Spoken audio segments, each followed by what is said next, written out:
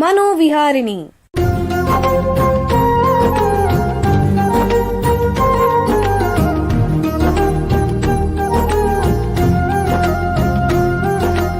ಬೆಂಗಳೂರಿನ ನಿಮ್ಹಾನ್ಸ್ ವತಿಯಿಂದ ಮಾನಸಿಕ ಆರೋಗ್ಯ ಮತ್ತು ನರವಿಜ್ಞಾನ ಕುರಿತ ಪ್ರಾಯೋಜಿತ ಶಿಕ್ಷಣ ಮಾಲಿಕೆ.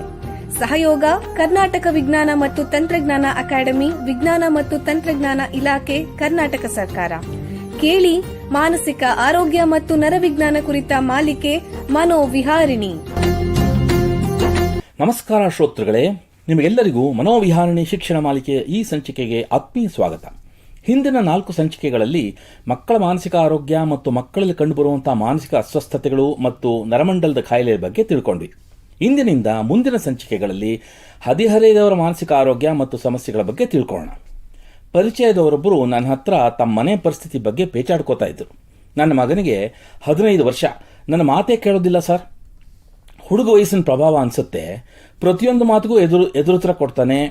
ನನಗೇನು ಗೊತ್ತೇ ಇಲ್ಲ, ಅವನಿಗೆ ಎಲ್ಲ ಗೊತ್ತಿದೆ, ತುಂಬ ಜೀವನಾನುಭವ ಇದೆ ಅನ್ನೋ ಥರ ಆಡ್ತಾನೆ. ನಾನೇನಾದರೂ ಧ್ವನಿ ಎತ್ತರಿಸಿದ್ರೆ ಕೋಪ ಮಾಡಿಕೊಂಡು ತನ್ನ ರೂಮ್ಗೆ ಹೋಗಿ ದಬ್ ಅಂತ ಬಾಗ್ಲಾಕೊಂಡ್ಬಿಡ್ತಾನೆ. ಈ ವಯಸ್ಸೇ ಒಂಥರ ಏಡ್ಬಿಡಂಗಿ. ಅವರು ಹೇಳುವ ಮಾತು ನಿಮ್ಮಲ್ಲಿ ಹಲವರಿಗೆ ಅನುಭವ ಆಗಿರಬೇಕಲ್ವೇ? ವಿಶ್ವ ಆರೋಗ್ಯ ಸಂಸ್ಥೆಯ ಪ್ರಕಾರ ಅಡೋಲಸೆಂಟ್ಸ್ ಅಂದರೆ ಹದಿಹರೆಯದವರು ಅಂದರೆ ಸುಮಾರು 10 ರಿಂದ 12 ವರ್ಷದಿಂದ ಹಿಡಿದು 19 ವರ್ಷದ ವಯಸ್ಸಿನವರು ಅಂತ ಅರ್ಥ. ಮನುಷ್ಯನ ಜೀವನದಲ್ಲಿ ಇದೊಂದು ಮುಖ್ಯವಾದ ಭಾಗ. ಹದಿಹರೆಯದಲ್ಲಿ ದೈಹಿಕ ಮತ್ತು ಮಾನಸಿಕ ಮತ್ತು ಮನೋಸಾಮಾಜಿಕ ಬೆಳವಣಿಗೆ ವೇಗವಾಗುತ್ತಂತೆ.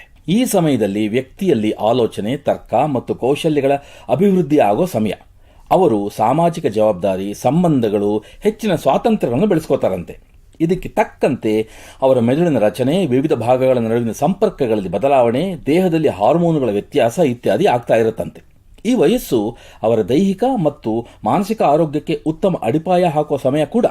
ಈ ಸಮಯದಲ್ಲಿ ಉತ್ತಮ ಆಹಾರ, ಶಿಕ್ಷಣ, ವ್ಯಾಯಾಮ, ನಿದ್ರೆ, ಕುಟುಂಬ ಮತ್ತು ಶಾಲೆಗಳ ಬೆಂಬಲ ಇತ್ಯಾದಿ ಅಂದರೆ ಒಟ್ಟಾರೆ ಅವರ ಯೋಗಕ್ಷೇಮ ಬಹಳ ಮುಖ್ಯ.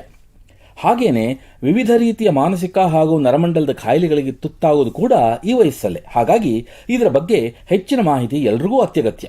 ಹದಿಹರೆಯದವರ ಮಾನಸಿಕ ಆರೋಗ್ಯ, ಯೋಗಕ್ಷೇಮ ಮತ್ತು ಮಾನಸಿಕ ಸಮಸ್ಯೆಗಳ ಬಗ್ಗೆ ನಮಗೆ ಹೆಚ್ಚಿನ ಮಾಹಿತಿ ಕೊಡಕ್ಕೆ ನಿಮ್ಹಾನ್ಸ್ನ ಮನೋಸಾಮಾಜಿಕ ಕಾರ್ಯ ಅಂದರೆ ಸೈಕ್ಯಾಟ್ರಿಕ್ ಸೋಷಿಯಲ್ ವರ್ಕ್ ವಿಭಾಗದಲ್ಲಿ ಸೇವೆ ಸಲ್ಲಿಸ್ತಾ ಇರೋ ತಜ್ಞರು ಹೆಚ್ಚುವರಿ ಪ್ರಾಧ್ಯಾಪಕರಾದ ಡಾಕ್ಟರ್ ಕವಿತಾ ಜಂಗಮ್ ಅವರು ಬಂದಿದ್ದಾರೆ. ಅವ್ರನ್ನ ಸ್ವಾಗತಿಸೋಣ. ನಮಸ್ಕಾರ ಡಾಕ್ಟರ್ ಕವಿತಾ ಜಂಗಮ್ ಅವರೇ. ನಮಸ್ಕಾರ ಸರ್. ನಿಮಗೆ ಈ ಕಾರ್ಯಕ್ರಮಕ್ಕೆ ಸ್ವಾಗತ. ಡಾಕ್ಟರ್ ಕವಿತಾ ಅವರೇ, ನಿಮಗೆ ಮೊದಲನೇ ಪ್ರಶ್ನೆ ಏನಂದ್ರೆ, ಮಾನಸಿಕ ಆರೋಗ್ಯ ಮತ್ತು ಯೋಗಕ್ಷೇಮದ ಬಗ್ಗೆ ಎಲ್ಲೆಡೆ ತುಂಬಾ ಒತ್ತು ನೀಡಲಾಗ್ತಾ ಇದೆ. ಈ ಹದಿಹರೆಯದವರಲ್ಲಿ ಇದು ಯಾಕೆ ಮುಖ್ಯ ಆಗತ್ತೆ ಸರ್? ನೀವು ಇಂಟ್ರೊಡಕ್ಷನ್ ನಲ್ಲಿ ಈ ವಯಸ್ಸು ಮಕ್ಕಳು ಅಂದ್ರೆ ಹದಿಹರೆಯದರ ವರ್ಗ ತುಂಬಾ ಚೆನ್ನಾಗಿ ಮಾತಾಡಿದ್ರ. ಓಕೆ, ಅವ್ರಲ್ಲಿ ಇರೋದು ಬೆಳವಣಿಗೆ, ಸಾಮಾಜಿಕ ಇಲ್ಲಾಂದ್ರೆ ಮಾನಸಿಕ, ಸೆಕ್ಷುವಲ್ ಬೆಳವಣಿಗೆ ಬಗ್ಗೆ ಈಗ ನಾವು ಜಾಸ್ತಿ ಮಾತಾಡ್ತಾ ಇದ್ದೀವಿ. ಈ ಮಕ್ಕಳಿನಲ್ಲಿ ಈಗ ತುಂಬಾ ಚೇಂಜಸ್ ಆಗ್ತಾ ಇದೆ, ಮಾನಸಿಕವಾಗಿ, ಸಾಮಾಜಿಕವಾಗಿ, ಇಲ್ಲಾಂದ್ರೆ ಸೆಕ್ಷುವಾಲಿಟಿವಾಗಿ ಕೂಡ ನೀವು ಹೇಳ್ಬೋದು. ಆಯ್ತಾ? ಸೊ ಈಗ ಏನಾಗ್ತಾ ಇದೆ, ಇವರದು ನಲ್ಲಿ ಇರೋದು ಚೇಂಜಸ್, ಬದಲಾವಣೆ ಅವರು ಅಮ್ಮ ಅಪ್ಪಗೆ, ಅವ್ರ ಪೇರೆಂಟ್ಸ್ಗೆ ಅರ್ಥ ಮಾಡೋಕ್ಕಾಗಲ್ಲ. ತುಂಬಾ ಬೇಗ ಬದಲಾವಣೆ ಆಗ್ತಾ ಇದೆ, ತುಂಬಾ ಬೇಗ ಬೆಳವಣಿಗೆ ಆಗ್ತಾ ಇದೆ. ಫಾರ್ ಎಕ್ಸಾಂಪಲ್, ಈಗ 11 ಇಯರ್ ಹುಡುಗ ಹುಡುಗಿ ಇಲ್ಲಾಂದ್ರೆ 10 ವರ್ಷ ಹುಡುಗ ಹುಡುಗಿ ರೊಮ್ಯಾಂಟಿಕ್ ರಿಲೇಶನ್ಶಿಪ್, ಸೆಕ್ಷುವಲ್ ರಿಲೇಶನ್ಶಿಪ್ ಬಗ್ಗೆ ಮಾತಾಡ್ತಾ ಇದ್ದಾರೆ. ಅದು ಅವ್ರ ಪೇರೆಂಟ್ಸ್ಗೆ ಅರ್ಥ ಆಗ್ತಾ ಇದೆ. ಹಿಂದಿನ ಪೀಳಿಗೆ ಅವರಿಗೆಲ್ಲ ಹೊಸದು, ಮುಕ್ತವಾಗಿ ಏನು ಚರ್ಚೆ ಮಾಡ್ತಿರಲಿಲ್ಲ. ಈಗ ಈ ರೀತಿ ಮಾತಾಡೋದು ಬಹಳ ಕಷ್ಟ ಆಗ್ತಿದೆ. ಅದು ಒಂದು ಸಮಸ್ಯೆ. ಜನರೇಷನ್ ಗ್ಯಾಪ್ ತುಂಬಾ ಜಾಸ್ತಿ ಆಗ್ತಾ ಇದೆ. ಸೊ ಫಾರ್ ಎಕ್ಸಾಂಪಲ್, ಈಗ ಮಕ್ಕಳು ಮೊಬೈಲ್ ಫೋನ್, ಸೋಷಿಯಲ್ ಮೀಡಿಯಾ ತುಂಬಾ ಈಸಿಯಾಗಿ ಯೂಸ್ ಮಾಡ್ತಾ ಇದ್ದಾರೆ. ಅದು ಅವ್ರ ಅಮ್ಮ ಅಪ್ಪ ಇಲ್ಲ ಪೇರೆಂಟ್ಸ್ಗೆ ಅರ್ಥ ಅವ್ರಿಗಾಗಲ್ಲ. ಹಿಂದಿನ ಪೀಳಿಗೆ ಅವ್ರಿಗೆ ಇವೆಲ್ಲ ಇರ್ಲಿಲ್ವಲ್ಲ. ಅವ್ರ ಅಜ್ಜಿ ತಾತ ಇರ್ಬೋದು, ತಂದೆ ತಾಯಿಗೆ ಇವೆಲ್ಲ ಗೊತ್ತಾಗ್ತಿಲ್ಲ.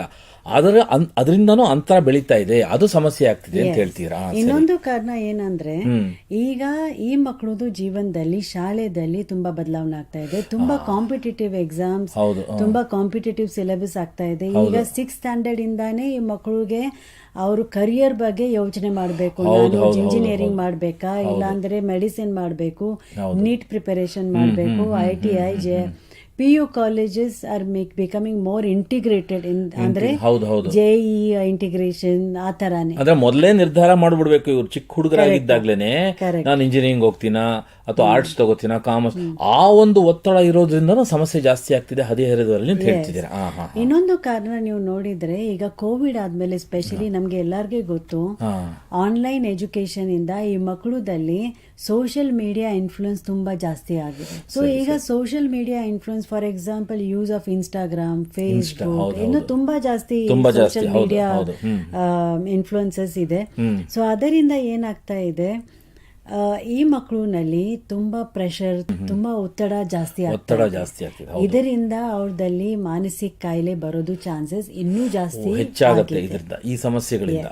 ಸೊ ನಮ್ದು NCRB ಡೇಟಾ ನೀವು ನೋಡಿದ್ರೆ ಅದರಿಂದ 4% ಇನ್ನೂ ಹೆಚ್ಚು ಆಗಿದೆ ಆತ್ಮಹತ್ಯೆದು ಚಾನ್ಸಸ್ ಈ ಮಕ್ಕಳದಲ್ಲಿ, ಸ್ಪೆಷಲಿ 4% ಇನ್ನೂ ಜಾಸ್ತಿ ಆಗಿದೆ. ಮತ್ತೆ ನಮ್ದು ನಿಮ್ಹಾನ್ಸ್ದು ನ್ಯಾಷನಲ್ ಮೆಂಟಲ್ ಹೆಲ್ತ್ ಸರ್ವೆ ನಮ್ಗೆ ಏನ್ ತೋರಿಸಿದಾರೆ ಅಂದ್ರೆ 13% ಆಫ್ ದ ಅಡಾಲಸೆನ್ಸ್ ಈಗ ಮಾನಸಿಕ ಕಾಯಿಲೆಯಿಂದ ದೊಡ್ಡ ನಂಬರ್. ಅಂದ್ರೆ ಈ ಎಲ್ಲ ನೀವು ಕಾರಣಗಳಿಂದ ಈ ರೀತಿ ಸಮಸ್ಯೆಗಳು ಉದ್ಭವಿಸ್ತಾ ಇದೆ ಅಂತ ಹೇಳ್ತಾ ಇದ್ದಾರೆ. ಹಾಗಾಗಿ ನಾವು ಹದಿಹರೆಯದವರ ಮಾನಸಿಕ ಆರೋಗ್ಯ ಮತ್ತು ಯೋಗಕ್ಷೇಮದ ಬಗ್ಗೆ ಹೆಚ್ಚು ನಾವು ತಿಳುವಳಿಕೆ ತಗೊಂಡು ಸಮಾಜ ಅದರ ಬಗ್ಗೆ ಕಾರ್ಯಪ್ರವೃತ್ತ ಆಗಬೇಕು ಅಂತ ಹೇಳ್ತಿದ್ದೀರಿ. Correct sir, correct. ಈಗ ಒಂದು ಸಣ್ಣ ವಿರಾಮ ತಗೊಳ್ಳೋಣ. ನಂತರ ಹದಿಹರೆಯದವರ ಮಾನಸಿಕ ಆರೋಗ್ಯ ಮತ್ತು ಸಮಸ್ಯೆಗಳ ಬಗ್ಗೆ ಚರ್ಚೆಯನ್ನು ಮುಂದುವರಿಸೋಣ. ಬೆಂಗಳೂರಿನ ನಿಮ್ಹಾನ್ಸ್ ಮಾನಸಿಕ ಆರೋಗ್ಯ ಮತ್ತು ನರವಿಜ್ಞಾನ ಕ್ಷೇತ್ರದಲ್ಲಿ ಹೆಸರುವಾಸಿ. ಶ್ರೇಷ್ಠ ಗುಣಮಟ್ಟದ ಔಷಧೋಪಚಾರ, ಸಂಶೋಧನೆ ಮತ್ತು ತರಬೇತಿ ಇವೇ ನಿಮ್ಹಾನ್ಸ್ನ ಪ್ರಮುಖ ಧ್ಯೇಯಗಳು.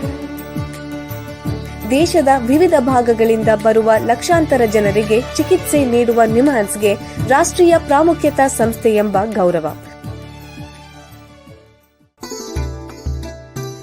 ಚಿಕಿತ್ಸೆ ಮತ್ತು ವೈದ್ಯಕೀಯ ಸೇವೆಗಳ ಜೊತೆಯಲ್ಲಿ ನರರೋಗ ಮತ್ತು ಮನೋವೈದ್ಯಕೀಯ ಪುನರ್ವಸತಿ ಸೇವೆಗಳು, ಸಮುದಾಯ ಮಟ್ಟದ ಆರೋಗ್ಯ ಕಾರ್ಯಕ್ರಮಗಳನ್ನು ನಡೆಸುವುದು ಹಾಗೂ ಜನಜಾಗೃತಿ ಮೂಡಿಸುವ ಕೆಲಸಗಳಲ್ಲಿ ಸಕ್ರಿಯವಾಗಿದೆ ನಿಮ್ಹಾನ್ಸ್. ಈ ನಿಟ್ಟಿನಲ್ಲಿ ಆಕಾಶವಾಣಿಯ ಶ್ರೋತೃಗಳಿಗೆ ನರಮಂಡಲ ಮತ್ತು ಮಾನಸಿಕ ಆರೋಗ್ಯದ ಬಗ್ಗೆ ಉಪಯುಕ್ತ ಮಾಹಿತಿ ನೀಡುವುದೇ ಕರ್ನಾಟಕ ವಿಜ್ಞಾನ ಮತ್ತು ತಂತ್ರಜ್ಞಾನ ಅಕಾಡೆಮಿಯ ಸಹಯೋಗದೊಂದಿಗೆ ಮೂಡಿಬರುತ್ತಿರುವ ಈ ಮನೋವಿಹಾರಿಣಿ ಶಿಕ್ಷಣ ಮಾಲಿಕೆಯ ಮೂಲ ಉದ್ದೇಶ. ವಿರಾಮದ ನಂತರ ಮನೋವಿಹಾರಣಿಯ ಈ ಸಂಚಿಕೆಗೆ ನಿಮಗೆಲ್ಲರಿಗೂ ಮತ್ತೊಮ್ಮೆ ಸ್ವಾಗತ. ವಿರಾಮಕ್ಕೆ ಮುಂಚೆ ಹದಿಹರೆಯದವರ ಮಾನಸಿಕ ಆರೋಗ್ಯ ಯೋಗಕ್ಷೇಮದ ಬಗ್ಗೆ ನಿಮ್ಹಾನ್ಸ್ನ ತಜ್ಞರಾದ ಡಾಕ್ಟರ್ ಕವಿತಾ ಜಂಗಮ್ ಅವರ ಹತ್ರ ಮಾತಾಡ್ತಾ ಇದ್ವಿ. ಈಗ ಈ ಚರ್ಚೆನ ಮುಂದುವರಿಸೋಣ. ಡಾಕ್ಟ್ರೇ, ಹದಿಹರೆಯದವರ ಮೇಲೆ ಪರಿಣಾಮ ಬೀರುವಂತಹ ಈ ಮಾನಸಿಕ ಅಸ್ವಸ್ಥತೆಗಳು ಯಾವುವು, ದಯವಿಟ್ಟು ತಿಳಿಸ್ಕೊಡಿ. ನಮ್ದು ನಿಮ್ಹಾನ್ಸ್ನಲ್ಲಿ ಚೈಲ್ಡ್ ಸೈಕ್ಯಾಟ್ರಿ OPD ಇದೆ. ನಾವು ಏನ್ ನೋಡ್ತಾ ಇದೀವಿ ಅಂದ್ರೆ ಕೋವಿಡ್ ಆದ್ಮೇಲೆ, ಸ್ಪೆಷಲಿ ಪ್ಯಾಂಡಿಕ್ ಆದ್ಮೇಲೆ, 2020 ಆದ್ಮೇಲೆ ಈಗ ನಮ್ಮ OPD ನಲ್ಲಿ ಈ ಮಕ್ಕಳದು ಸಂಖ್ಯೆ ತುಂಬಾ ಜಾಸ್ತಿ ಆಗಿದೆ. 50-60 ಪರ್ ಡೇ ಮಕ್ಕಳು ಬರ್ತಾ ಇತ್ತು ಕೋವಿಡ್ ಮುಂಚೆನೆ. ಈಗ ನೀವು ನೋಡಿದ್ರೆ ಅಟ್ಲೀಸ್ಟ್ ಮಿನಿಮಮ್ 150 ಮಕ್ಕಳು ಡೈಲಿ ಬರ್ತಾರೆ. ಪ್ಯಾರೆಂಟ್ಸ್ ಏನ್ ಪ್ರಾಬ್ಲಮ್ಸ್ ಹೇಳ್ತಾ ಇದ್ದಾರೆ ಅಂದ್ರೆ, ಒಂದು ಅದು ಮಾನಸಿಕ ಕಾಯಿಲೆ ಹೇಳಕ್ ಆಗಲ್ಲ, ಬಟ್ ಮಾನಸಿಕ ಪ್ರಾಬ್ಲಮ್ಸ್, ಅದು ಎಮೋಷನಲ್ ಪ್ರಾಬ್ಲಮ್ಸ್ ಅಂತ ನಾವು ಹೇಳ್ತೀವಿ. ಎಮೋಷನಲ್ ಬಿಹೇವಿಯರ್ ಪ್ರಾಬ್ಲಮ್ಸ್, ಭಾವನಾತ್ಮಕ ಪ್ರಾಬ್ಲಮ್ಸ್ ಹೇಳ್ಬೋದು. ಚಿಕ್ಕ ಚಿಕ್ಕ ವಿಷಯದಲ್ಲಿ ತುಂಬಾ ಕೋಪ ಮಾಡ್ತಾರೆ. ಪ್ಯಾರೆಂಟ್ಸ್ ಜೊತೆಗೆ ಮಾತಾಡ್ಲಿಕ್ಕೆ ಅವ್ರಿಗೆ ಇಷ್ಟ ಆಗಲ್ಲ. ಪ್ಯಾರೆಂಟ್ಸ್ ಜೊತೆಗೆ ತುಂಬಾ ಜಗಳ ಆಗ್ತಾ ಇದೆ. ಸ್ಕೂಲ್ ನಲ್ಲಿ ಅವ್ರಿಗೆ ಧ್ಯಾನ ಕೊಡಕ್ಕಾಗಲ್ಲ. ತುಂಬಾ ಎಂಗ್ಸೈಟಿ, ಎಕ್ಸಾಮ್ ಹೋಗ್ಬೇಕಾದ್ರೆ ತುಂಬಾ ಎಂಗ್ಸೈಟಿ ಆಗ್ತಾ ಇದೆ. ಅಷ್ಟು ಎಂಗ್ಸೈಟಿ ಆಗ್ತಾ ಇದೆ ಅಂದ್ರೆ ಅದು ಭಯದಿಂದ ಅವರು ಸ್ಕೂಲ್ ಹೋಗ್ಲಿಕ್ಕೆ ತಯಾರಿಸಿ ಇಲ್ಲ. ಆ ತರನೇ ಪ್ರಾಬ್ಲಮ್ಸ್ ಕಾಮನ್ ಆಗಿ ಪ್ಯಾರೆಂಟ್ಸ್ ಹೇಳ್ತಾರೆ. ಇನ್ನೊಂದು ತುಂಬಾ ಮುಖ್ಯವಾಗಿ ಪ್ಯಾರೆಂಟ್ಸ್ ನಮ್ಗೆ ಏನ್ ಹೇಳ್ತಾರೆ ಅಂದ್ರೆ, ಸ್ಕ್ರೀನ್ ಟೈಮ್ ಮಕ್ಕಳದಲ್ಲಿ ತುಂಬಾ ಜಾಸ್ತಿ, ಸ್ಪೆಷಲಿ ಈ ವಯಸ್ಸದಲ್ಲಿ ನಮ್ದು ಟೀನೇಜರ್ಸ್ ನಲ್ಲಿ ಸ್ಕ್ರೀನ್ ಟೈಮ್ ತುಂಬಾ ಜಾಸ್ತಿ. ಸ್ಕ್ರೀನ್ ಟೈಮ್ ಅಂತಂದ್ರೆ ಮೊಬೈಲ್ ನೋಡೋ, ವ್ಯಾಯಾಮ ಮಾಡೋ ಸಮಯ. Mobile some of the children ಮಕ್ಕಳು 10 hours 12 hours ದಿನಕ್ಕೆ 10-12 ಗಂಟೆ ಮೊಬೈಲ್ ನೋಡ್ತಾರೆ. 10 ಗಂಟೆ ಮೊಬೈಲ್ ನೋಡ್ತಾರೆ. ನೈಟ್ ಸರಿಯಾಗಿ ನಿದ್ರೆ ಮಾಡ್ತಾ ಇಲ್ಲ, ಚೆನ್ನಾಗಿ ಊಟ ಮಾಡ್ತಾ ಇಲ್ಲ, ತುಂಬಾ ಒಂಟಿಯಾಗಿ ಇರ್ತಾರೆ, ಯಾರ ಜೊತೆಗೆ ಮಾತಾಡ್ಲಿಕ್ಕೆ ಇಷ್ಟಪಡ್ತಾ ಇಲ್ಲ.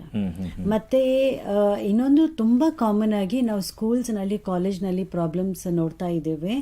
ಅದು ಏನಂದ್ರೆ ಸೆಲ್ಫ್ ಹಾರ್ಮ್ ಅಂದ್ರೆ ಈ ಮಕ್ಕಳು ಅವರಿಗೆ ತುಂಬಾ ಗಾಯ ಮಾಡ್ಕೊಳ್ಳೋದು, ಆ ತರನೇ ಪ್ರಾಬ್ಲಮ್ಸ್ ಟೀಚರ್ಸ್ ರಿಪೋರ್ಟ್ ಮಾಡ್ತಾ ಇದ್ದಾರೆ. ಸೊ ಈ ಪ್ರಾಬ್ಲಮ್ಸ್ ಈಗ ಮಕ್ಕಳಿನಲ್ಲಿ ತುಂಬಾ ಕಾಣಿಸ್ತಾ ಇದೆ. ಕಾಣಿಸ್ತಾ ಇದೆ. ಇದು ನಾವು ಮಾನಸಿಕ ಕಾಯಿಲೆ ಅಂತ ಹೇಳಕ್ಕಾಗಲ್ಲ, ಸಮಸ್ಯೆ. ಏನಂದ್ರೆ ಮಕ್ಕಳಿಗೆ ಏನಾದ್ರೂ ಮನಸ್ಸಿನಲ್ಲಿ ಕಷ್ಟ ಇದೆ, ಅದು ಅವ್ರಿಗೆ ಹೇಳಕ್ಕಾಗಲ್ಲ.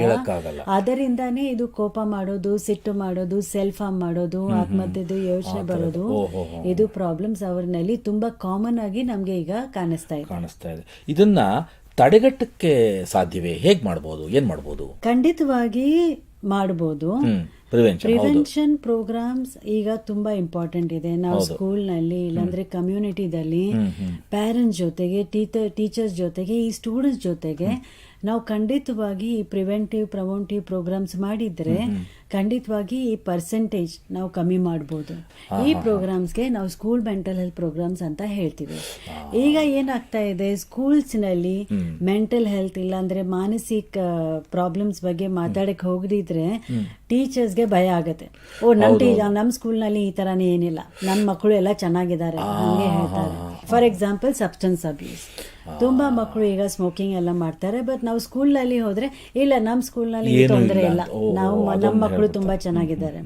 So school mental health programme ವಾಗಿ ನಾವು preventive programme, for example life skill education programme, stress management, ಮಕ್ಕಳಿಗೆ, ಟೀಚರ್ಸ್ಗೆ, ಪೇರೆಂಟ್ಸ್ಗೆ ಸೆನ್ಸಿಟೈಸೇಷನ್ ಮಾಡೋದು ತುಂಬಾ ಇಂಪಾರ್ಟೆಂಟ್ ಇದೆ. ಈ ತರ ಸಮಸ್ಯೆಗಳಿದ್ದಾಗ ಯಾವ ತರದ ಚಿಕಿತ್ಸೆ ಇದೆಯಾ ಈ ರೀತಿ ಮಾನಸಿಕ ಸಮಸ್ಯೆಗಳಾದ್ರೆ? ಎಸ್ ಸರ್, ಚಿಕಿತ್ಸೆ ಇದೆ.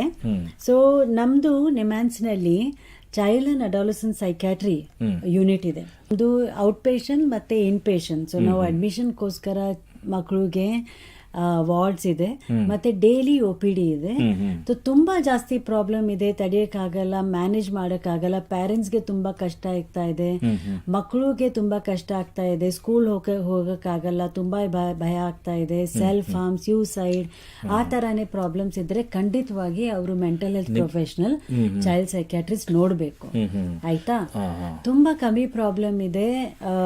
ನಾವು ಕೌನ್ಸಿಲಿಂಗ್, ಥೆರಪಿ ಏನಾದರೂ ಮಾಡಿಕೊಂಡು ಏನಾದರೂ ಸರಿ ಮಾಡಬೇಕಾದ್ರೆ ನಾವು ಸ್ಕೂಲ್ನಲ್ಲಿ ಹೋಗಿ ಕೌನ್ಸಿಲಿಂಗ್ ಮಾಡಬಹುದು. ಚಿಕಿತ್ಸೆ ಇದೆ ಖಂಡಿತ.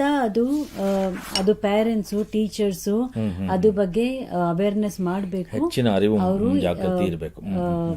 ಸ್ಟೂಡೆಂಟ್ಸ್ಗೆ ರೆಫರ್ ಮಾಡಲೇಬೇಕು. ಸರಿ, ನೀವು ಹೇಳೋ ಪ್ರಕಾರ ಈಗ ಇಲ್ಲಿ ಸಹಾಯ ಪಡ್ಕೋಬೇಕು ಯಾರಾದ್ರೂ ಕೇಳಿದ್ರು ಅಂತಂದ್ರೆ, ಒಂದು ನಿಮ್ಹಾನ್ಸ್ಗೆ ಬಂದು ಇಲ್ಲಿ ನುರಿತ ತಜ್ಞರ ಹತ್ರ ಮಾತಾಡ್ಬೋದು, ಅಥವಾ ಸ್ಕೂಲ್ ಮೆಂಟಲ್ ಹೆಲ್ತ್ ಪ್ರೋಗ್ರಾಮ್ ಶಾಲೆಗಳ ಮಟ್ಟದಲ್ಲಿ ಮಾಡಬಹುದು. ಈಗ ಬೇರೆ ಜಿಲ್ಲೆಯಲ್ಲಿ ಎಲ್ಲೋ ಬೇರೆ ಕಡೆ ಇರ್ತಾರೆ, ಅವರು ಇದ್ರ ಬಗ್ಗೆ ಸಹಾಯ ಪಡಿಬೇಕು ಅಂದ್ರೆ ಎಲ್ಲಿಗೆ ಹೋಗ್ಬೋದು? ಸರ್, ನಮ್ಗೆ ಗೊತ್ತು ನಿಮ್ಹಾನ್ಸ್ ಬರ್ಲಿಕ್ಕೆ ಇಲ್ಲಾಂದ್ರೆ ಯಾವುದೋ ಒಂದು ಮೆಂಟಲ್ ಹಾಸ್ಪಿಟಲ್ ಹೋಗ್ಲಿಕ್ಕೆ ಜನ ತುಂಬಾ ಭಯ ಪಡ್ತಾರೆ, ಸ್ಟಿಗ್ಮಾ ಇದೆ, ನಾವು ಹೆಂಗ್ ಹೋಗೋದು ನಿಮ್ಹಾನ್ಸ್. ಅದಕ್ಕೋಸ್ಕರ ನಿಮ್ಹಾನ್ಸ್ ಇಂದಾನೆ NIMHANS centre for well-being BTM layout ಅಲ್ಲಿ ಇದೆ. ಸೊ ಅಲ್ಲಿ ನಮ್ದು ಒಂದು parent and child well-being clinic every Saturday ನಾವು ನಡ್ತಾ ಇದ್ದೀವಿ. ಅಲ್ಲಿ ನಾವು ಪೇರೆಂಟ್ಸ್ಗೆ ಏನ್ ತೊಂದರೆ ಇದೆ, ಮಕ್ಕಳಿಗೆ ಏನ್ ತೊಂದರೆ, ಅವ್ರಿಗೆ ಸಮಾಲೋಚನೆ ಮಾಡೋದು, ಅದು ಎಲ್ಲ ಅವ್ರಿಗೋಸ್ಕರ ವರ್ಕ್ಶಾಪ್ ಮಾಡ್ತೀವಿ. ಟೀಚರ್ಸ್ಗೋಸ್ಕರ, ಪೇರೆಂಟ್ಸ್ಗೋಸ್ಕರ individual counselling, parents counselling, family counselling, ಈ ತರಾನೇ ನಾವು ಅದು ಮೆಂಟಲ್ ಹಾಸ್ಪಿಟಲ್ ತರಾನೇ ಇಲ್ಲ. ಅದು ತುಂಬಾ very nice simple community centre ಇದೆ, ಅದು ಒಂದು ಇದೆ. ಇನ್ನೊಂದು ಏನಂದ್ರೆ ಎಲ್ಲಾ ಡಿಸ್ಟ್ರಿಕ್ಟ್ಸ್ ನಲ್ಲಿ ಈಗ DMHP ಪ್ರೋಗ್ರಾಮ್ ಇದೆ, district mental health programme states ನಲ್ಲಿ ಇದೆ. ಅಲ್ಲಿ ಹೋಗಿ ನಾವು ಹೆಲ್ಪ್ ತಗೋಬಹುದು. ಇನ್ನೊಂದು ನಮ್ದು ನಿಮ್ಹಾನ್ಸ್ ಇಂದ ಟೆಲಿಮಾನಸ್ ಪ್ರೋಗ್ರಾಮ್ ನಡೀತಾ ಇದೆ. ಟೆಲಿಫೋನ್ ಕೌನ್ಸಿಲಿಂಗ್ ಮಾಡಬಹುದು, ಆನ್ಲೈನ್ ಕೌನ್ಸಿಲಿಂಗ್ ಮಾಡಬಹುದು. ಇಲ್ಲಿಗೆ ಈ ಸಂಚಿಕೆ ಮುಗಿಸೋ ಸಮಯ ಆಗ್ತಾ ಇದೆ. ಡಾಕ್ಟರ್ ಕವಿತಾ ಜಂಗಮ್ ಅವರೇ, ಎಲ್ಲ ಕೇಳುಗರಿಗೆ ಹದಿಹರೆಯದವರ ಮಾನಸಿಕ ಆರೋಗ್ಯ, ಯೋಗಕ್ಷೇಮ ಮತ್ತು ಮಾನಸಿಕ ಸಮಸ್ಯೆಗಳ ಬಗ್ಗೆ ಉಪಯುಕ್ತ ಮಾಹಿತಿ ನೀಡಿದ್ದೀರಾ. ನಿಮಗೆ ಎಲ್ಲರ ಪರವಾಗಿ ಧನ್ಯವಾದಗಳು. ಶ್ರೋತೃಗಳೇ, ಮಾನಸಿಕ ಆರೋಗ್ಯ ಮತ್ತು ನರವಿಜ್ಞಾನದ ಬಗ್ಗೆ ಇನ್ನೂ ಹೆಚ್ಚಿನ ಮಾಹಿತಿಯೊಂದಿಗೆ ಮನೋವಿಹಾರಣೆಯ ಮುಂದಿನ ಸಂಚಿಕೆಯಲ್ಲಿ ಭೇಟಿಯಾಗೋಣ. ನಮಸ್ಕಾರ. ಇಲ್ಲಿಯವರೆಗೆ ಬೆಂಗಳೂರಿನ ನಿಮ್ಹಾನ್ಸ್ ವತಿಯಿಂದ ಮಾನಸಿಕ ಆರೋಗ್ಯ ಮತ್ತು ನರವಿಜ್ಞಾನ ಕುರಿತ ಪ್ರಾಯೋಜಿತ ಶಿಕ್ಷಣ ಮಾಲಿಕೆ ಮನೋವಿಹಾರಿಣಿ ಕೇಳಿದಿರಿ. ಸಹಯೋಗ ಕರ್ನಾಟಕ ವಿಜ್ಞಾನ ಮತ್ತು ತಂತ್ರಜ್ಞಾನ ಅಕಾಡೆಮಿ, ವಿಜ್ಞಾನ ಮತ್ತು ತಂತ್ರಜ್ಞಾನ ಇಲಾಖೆ, ಕರ್ನಾಟಕ ಸರ್ಕಾರ. ನೆರವು ಮಾನಸಿಕ ಆರೋಗ್ಯ ಶಿಕ್ಷಣ ವಿಭಾಗ, ನಿಮ್ಹಾನ್ಸ್ ಹಾಗೂ ನಿವೇದಿತಾ BS, ನಿಮ್ಹಾನ್ಸ್. ಸಂಗೀತ ಸಂಯೋಜನೆ ಕೆ. ಕಲ್ಯಾಣ್. ಪರಿಕಲ್ಪನೆ, ನಿರೂಪಣೆ ಮತ್ತು ನಿರ್ಮಾಣ ಡಾಕ್ಟರ್ MM ಶ್ರೀನಿವಾಸ್ ಭರತ್, ನಿಮ್ಹಾನ್ಸ್. ನಿಮ್ಮ ಸಂದೇಶಗಳನ್ನು ಕಳಿಸಬೇಕಾದ ದೂರವಾಣಿ ಸಂಖ್ಯೆ 7899105524, 7899105524. ವಾಟ್ಸ್ಆಪ್ ಸಂದೇಶಗಳು ಮಾತ್ರ. ಈ ಕಾರ್ಯಕ್ರಮದ ಮುಂದಿನ ಸಂಚಿಕೆ ಮುಂದಿನ ವಾರ ಇದೇ ಸಮಯಕ್ಕೆ ಮನೋವಿಹಾರಿಣಿ ಮಾಲಿಕೆಯಲ್ಲಿ.